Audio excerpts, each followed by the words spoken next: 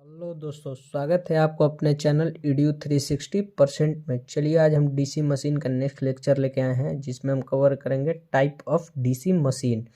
तो देखिए DC machine कितने प्रकार की होती है। तो पहले डीसी मशीन दो भागों में डिवाइड होता है, सेपरेटली एक्साइटेड डीसी मशीन। और चूंकि डीसी मशीन में जनरेटर और मोटर दोनों आ जाएंगी, ये दोनों का है डिवीजन, जिसको हम कॉमनली मशीन से कर दे रहे हैं। तो DC machine separately excited DC machine और सेल्फ एक्साइटेड डीसी मशीन में आता है। अब हम इसको एक एक करके पढ़ेंगे। पहले इसका हम चार्ट देख लेते हैं, सेपरेटली एक्साइटेड डीसी मशीन और सेल्फ एक्साइटेड डीसी मशीन में। और सेल्फ एक्साइटेड डीसी मशीन भी फिर तीन भाग में डिवाइड होता है, DC series machine, DC shunt machine और डीसी कंपाउंड मशीन। और डीसी कंपाउंड मशीन फिर दो भागों में डिवाइडेड है। तो देखिए कम्युलेटिव कंपाउंड डीसी मशीन और डिफरेंशियल कंपाउंड डीसी मशीन। तो ये कम्युलेटिव कंपाउंड डीसी मशीन तीन भागों में डिवाइड है। फिर आगे चल के under cumulative compound DC machine, normal cumulative compound DC machine और over cumulative compound DC machine और डिफरेंशियल कंपाउंड डीसी मशीन आगे चल के दो भागों में डिवाइड है, लॉन्ग शंट और शॉर्ट शंट। और शॉर्ट शंट दो भागों में फिर डिवाइड है, cumulative short shunt DC machine और differential short shunt DC machine. तो चलिए हम एक एक करके इनको पढ़ते हैं। देखिए ये डीसी ये क्या है, ये फील्ड वाइंडिंग है। और हम फील्ड वाइंडिंग को क्या किए हैं, अलग से एक डीसी सोर्स देके क्या किए हैं, एक्साइट किए हैं। तो ये हमारा कैसा हो गया है, सेपरेटली एक्साइटेड, मतलब अलग से हम इसके फील्ड वाइंडिंग को एक्साइट किए हैं, तो ये सेपरेटली एक्साइटेड हो गया है। और इसको देखिए कैसे लिखते हैं कि एक ऐसा डीसी जनरेटर जिसके फील्ड वाइंडिंग को अलग से डीसी सोर्स के द्वारा एक्साइट किया गया हो, सेपरेटली एक्साइटेड डीसी जनरेटर कहलाता है। सेपरेटली एक्साइटेड डीसी जनरेटर क्या कहलाता है, एक ऐसा डीसी जनरेटर जिसके फील्ड वाइंडिंग को अलग से डीसी सोर्स के द्वारा एक्साइट किया गया हो, सेपरेटली एक्साइटेड डीसी जनरेटर कहलाता है। यदि फील्ड वाइंडिंग को करंट सोर्स के द्वारा एक्साइट किया गया हो, तो ये देखिए करंट सोर्स को अलग, मतलब कि अगर वाइंडिंग को करंट सोर्स के द्वारा एक्साइट किया गया हो तो वाइंडिंग में नंबर ऑफ टर्न कम रखते हैं, जिससे क्या होता है कि रेजिस्टेंस कम होता है और करंट अच्छे से फ्लो होती है। सेपरेटली एक्साइटेड डीसी जनरेटर के लिए किसी भी प्रकार का रेसिडुअल मैग्नेटिज्म की आवश्यकता नहीं होती है। यानी सेपरेटली एक्साइटेड डीसी जनरेटर में रेसिडुअल मैग्नेटिज्म नहीं होता है। और देखिए यहाँ पे आउटपुट वोल्टेज का टर्मिनल क्या होता है, देखिए यहाँ पे जनरेटर में क्या होगा कि आर्मेचर रोटेट करेगा तो एक ईएमएफ जनरेट करेगा। और जब ये ईएमएफ से करंट निकलेगी, अब ये ईएमएफ के द्वारा बनाया गया करंट आई आर्मेचर के द्वारा, आर्मेचर करंट जब निकलेगी बाहर, तो यहाँ पे आर्मेचर का रेजिस्टेंस है, तो क्या कराएगा, एक आर्मेचर का यहाँ पे ड्रॉप करा देगा और एक वोल्टेज, तो वोल्टेज प्लस आर्मेचर ड्रॉप क्या हो जाएगा, इस ईएमएफ के बराबर हो जाएगा। तो हम वही लिखे हैं V equal to E minus I A R A, या E equal to V plus I A R A कर लीजिए, और यहाँ multiplying by I A in equation first. अब क्या किया है, आर्मेचर करंट से इस सभी टर्म में मल्टीप्लाई करने के बाद क्या आ गया है, V I A equal to E I A minus I A square R A. तो देखिए ये क्या हो जाएगा, तो ये हमारा आउटपुट पावर हो जाएगा, ये हमारा आर्मेचर के द्वारा बनाया गया पावर हो जाएगा, और ये क्या हो जाएगा, आर्मेचर कॉपर लॉस हो जाएगा। तो output power is equal to induced armature power minus armature copper loss. तो देखिए यहाँ पे note, armature resistance R A का वैल्यू डीसी मशीन में 1 ओम से कम होता है। आर्मेचर रेजिस्टेंस का वैल्यू डीसी मशीन में कितना होता है, 1 ओम से कम होता है। चलिए आगे देखते हैं। देखिए अब सेल्फ एक्साइटेड डीसी जनरेटर है, पहले क्या था, सेपरेटली एक्साइटेड डीसी जनरेटर, और इसमें कवर करेंगे सेल्फ एक्साइटेड डीसी जनरेटर। तो देखिए एक ऐसा डीसी जनरेटर जिसकी फील्ड वाइंडिंग सेल्फ प्रोड्यूस्ड, जिसकी फील्ड वाइंडिंग कैसे हो, सेल्फ प्रोड्यूस्ड हो, सेल्फ प्रोड्यूस्ड वोल्टेज और करंट के द्वारा एक्साइट हो रही हो, सेल्फ के प्रोड्यूस्ड वोल्टेज और करंट के द्वारा क्या हो रही हो, एक्साइट हो रही हो, डीसी जनरेटर कहलाता है। उसे क्या कहते हैं, डीसी जनरेटर कहते हैं। और सेल्फ एक्साइटेड डीसी जनरेटर में वोल्टेज के निर्माण के लिए रेसिडुअल मैग्नेटिज्म का होना आवश्यक है। और देखिए सेल्फ एक्साइटेड डीसी जनरेटर में किसका होना आवश्यक है, रेसिडुअल मैग्नेटिज्म का।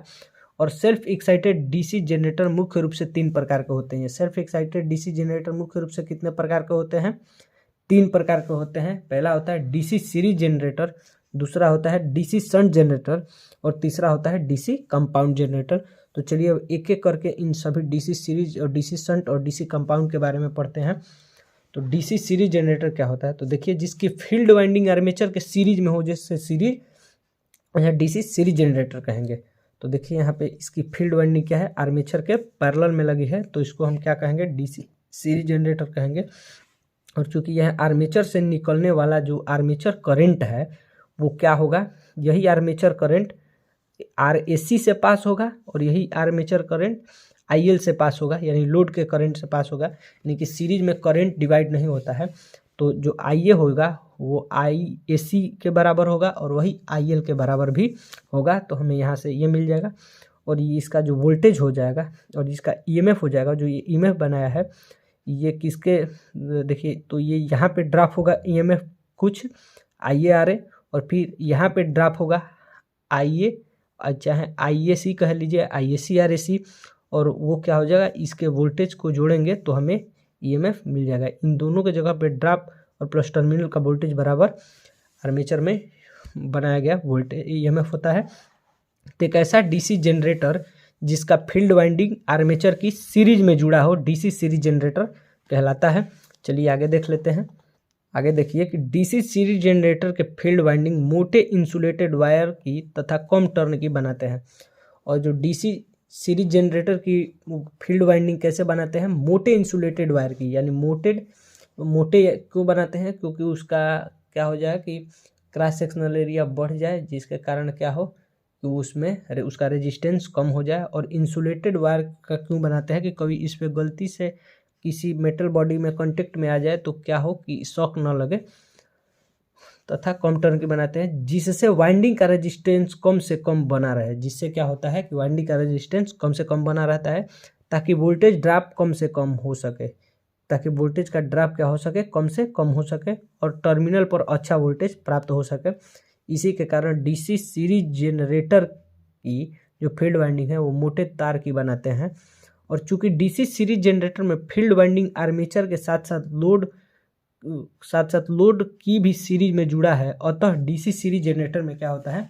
IA बराबर IAC बराबर IL होता है, ये आपको बताया है। और चूंकि terminal voltage V = E - IARA, यानी कि अगर V = E - IARA minus IAC-RAC, यानी कि जब EMF में से आर्मेचर के ड्रॉप को और सीरीज फील्ड के ड्रॉप को घटाएंगे तो हमें टर्मिनल वोल्टेज मिल जाएगा। अगर इसमें आर्मेचर के करंट से मल्टीप्लाई कर देते हैं तो क्या हो जाता है? VIA, यानी ये क्या है? हमारा आउटपुट का पावर है। और ये क्या है? इंड्यूस्ड पावर है, या क्या होता है? जनरेटेड पावर है। और ये क्या है? आर्मेचर कॉपर लॉस है और ये क्या है? सीरीज फील्ड का कॉपर लॉस है। देखिए क्या होता है? Output power = generated power by induced power minus armature copper loss minus series copper loss. Question देखिए, क्वेश्चन है कि एक डीसी सीरीज जनरेटर जो 300 वोल्ट उत्पन्न करने का कार्य कर रहा है, कितना वोल्टेज उत्पन्न करने का कार्य कर रहा है? 300 वोल्ट, यानी EMF इसका कितना हो गया? E हो गया हमारा 300 वोल्ट। आगे देखिए, उसके आर्मेचर रेजिस्टेंस 0.5 ओम है और उसके RA कितना है? 0.5 ओम। उसके सीरीज फील्ड वाइंडिंग का रेजिस्टेंस 1 ओम है और RAC कितना है? 1 ओम। यदि जनरेटर लोड को 5 एम्पियर करंट दे रहा है, यानी IL कितना है? IL = IA या IAC, तीनों बराबर होते हैं, तो 5 एम्पियर की करंट फ्लो हो रही है, तो टर्मिनल पर कितना वोल्टेज प्राप्त होगा? तो टर्मिनल पे भी पूछ रहा है। यदि प्रत्येक ब्रश 1-1 वोल्ट का ड्रॉप करा रहे हैं, तो देखिए चूंकि आर्मेचर में 2 ब्रश भी लगे होते हैं, तो 2 ब्रश क्या कराएंगे? वो भी ड्रॉप कराएंगे। 1-1 वोल्ट के लगे हुए हैं, तो उसमें 1-1 वोल्ट से, यानी 2 से जितनी करंट है वो ड्रॉप कराएंगे। तो देखिए हम क्या जानते हैं? V = जनरेटेड EMF माइनस क्या हो जाएगा? IARA माइनस IAC-RAC भाई, ये क्या हो जाएंगे? हमारे दोनों ब्रश के कारण हुआ उसमें ड्रॉप हो जाएगा। तो 300 माइनस और 300 माइनस 2.5 माइनस 5 माइनस 2, तो 300 माइनस 9.5 5 और तो ये हमारा क्या हो जाएगा 290.5 वोल्ट। और एक एक वोल्ट का ये ड्रॉप करा रहे हैं, तो टोटल ड्रॉप ब्रश कितने वोल्ट का करा रहा है, और दोनों ब्रश मिलकर कितने वोल्ट का ड्रॉप करा है 2 वोल्ट का, तो इसको भी माइनस कर देंगे। चलिए आगे देखते हैं। डीसी शंट जनरेटर क्या होता है? एक ऐसा जनरेटर जिसका फील्ड वाइंडिंग आर्मेचर के पैरेलल में जुड़ी हो। जिसका फील्ड वाइंडिंग कहाँ जुड़ी हो? आर्मेचर के पैरेलल में, उसे डीसी शंट जनरेटर कहते हैं। और देखिए ये क्या है, इसकी फील्ड वाइंडिंग आर्मेचर के पैरेलल में जुड़ी है, तो चूंकि यहाँ से जो करंट आईए जाएगी यहाँ पे दो भागों में डिवाइड हो जाएगी, आईएससी और आईएल के भागों में। एक करंट सीरीज से फ्लो होने लगेगा फील्ड से, शंट फील्ड से फ्लो होने लगेगा, और एक फील्ड क्या होने लगेगा, लोड से फ्लो होने लगेगा। तो I A equal to I S H plus I L हो जाएगा हमारा। आगे देखिए क्या होता है। डीसी शंट जनरेटर का फील्ड वाइंडिंग पतले इंसुलेटेड वायर की तथा अधिक टर्न की बनाते हैं। देखिए ये पतले इंसुलेटेड वायर की और अधिक टर्न की क्यों बनाते हैं? जितना पतला होगा इसका रेजिस्टेंस उतना ही अधिक होगा, और जितने टर्न होगा इससे इसकी लंबाई बढ़ेगी, और ये क्या होगा, वो उतने अधिक रेजिस्टेंस को होगा, जिससे क्या होगा कि अधिक से अधिक करंट लोड के तरफ जाएंगे, जिससे क्या होगा, हमारा वोल्टेज बेहतर हो जाएगा। तो अधिक टर्न की बनाते हैं, जिससे शंट फील्ड वाइंडिंग का रेजिस्टेंस अधिक से अधिक बना रहे, ताकि आर्मेचर से चलने वाली करंट आइए बहुत कम मात्रा में शंट फील्ड वाइंडिंग में फ्लो हो और अधिकतम करंट लोड से फ्लो हो। तो देखिए हम जानते हैं, ऊपर बताएं आपको, I A equal to I S H plus I L. तो टर्मिनल वोल्टेज क्या हो जाएगा? टर्मिनल वोल्टेज हो जाएगा, चूंकि ये तीनों पैरेलल में जुड़ी हैं, तो पैरेलल में तीनों के वोल्टेज समान होगी, तो हम यहाँ पे आई एस एच और यहाँ पे आर एस एच हो जाएगा। इसका वोल्टेज हो जाएगा ई, और इसका वोल्टेज हो जाएगा भी, तो तीनों बराबर हो जाएंगे।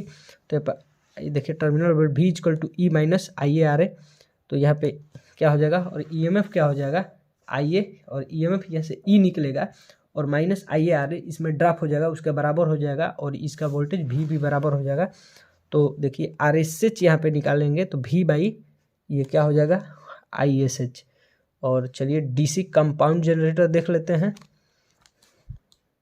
देखिए DC compound generator generally DC shunt generator ही होता है। कंपाउंड जनरेटर कैसा होता है? डीसी शंट जनरेटर ही होता है, लेकिन उसमें कंट्रोलिंग सीरीज फील्ड वाइंडिंग के द्वारा प्रदान की जाती है। लेकिन डीसी कंपाउंड जनरेटर में कंट्रोलिंग किसके द्वारा प्रदान की जाती है?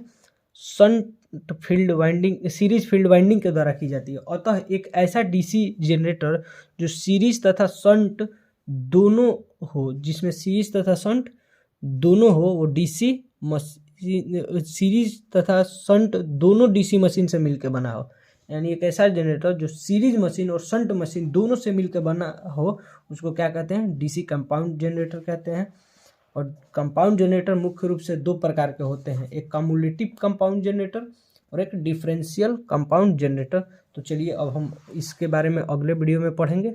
बहुत बहुत धन्यवाद।